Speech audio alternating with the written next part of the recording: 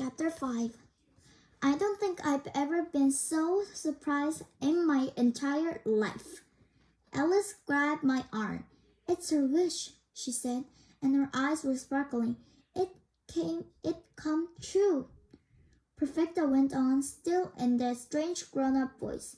Your Majesty must understand that we were each granted one wish. Princess Katie, having seen the wondrous beauty of the seashell coach, was concerned that the piebald ponies were not perhaps the most perfect match. With these thoughts in mind, and in true hopes of doing a good deed, Princess Katie put her own desire to one side and persuaded her dear friends to follow her noble example. And the result, as you can see, is 6 delightful silver ponies. There was a stunned silence, and then everyone began to talk at once. Queen Gloriana held her hand. Thank you, Princess Perfecta, she said. I accept your explanation. Princess Katie, you and your friends may take your ponies to the royal stable and... She actually smiled. You may look after them until the grand parade tomorrow. The seashell coach will be indeed quite perfect. I made my best courtesy ever.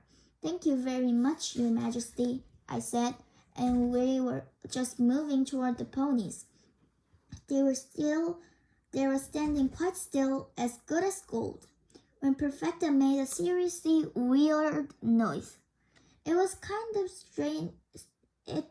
a kind of strangled squeak, as if she was trying to stop herself saying something, but absolutely had to say it.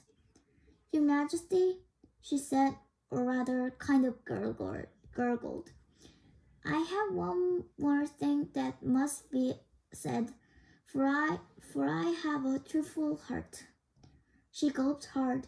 Your Majesty, and my fellow princesses, I have to confess a terrible deed. I knew the importance of our wishes, and she went puss, and truly looked as if she was choking on every word. I stole my wish from the student who won last year. I am in no way worthy of 100 Tiara points, nor to take my position in the seashell coach.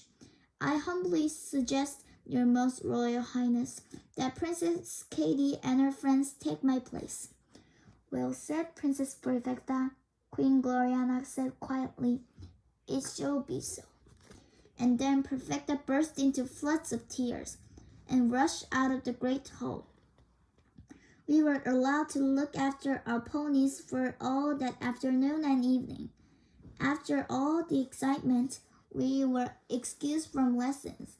Fairy G said she had to do some private magic on the wooden floor of the great hall because 6 50 little ponies had made a terrible mess. But she didn't sound cross. She also asked us if we knew that the wishes only lasted for 24 hours. Oh no, I said. Does that mean they'll disappear before the parade? Fairy G chuckled. We might manage an extension, she said. Just this once. Queen Gloriana thinks you're right, Katie. The seashell coach looks splendid, but they'll have to go after that. She saw our happy faces and shook her head. Cheer up. You each got 100 Tiara points. And think about those poor little piebald ponies, not allowed to take part in the parade. They'll be longing for someone to give them a pat and a piece of apple. That made us feel bad. We hurried down the stables, and they were so sweet. And if I'm absolutely truthful, they were even lovelier than our silver ponies because they were so real. The silver ponies were exactly the same, so we could never tell which one is which.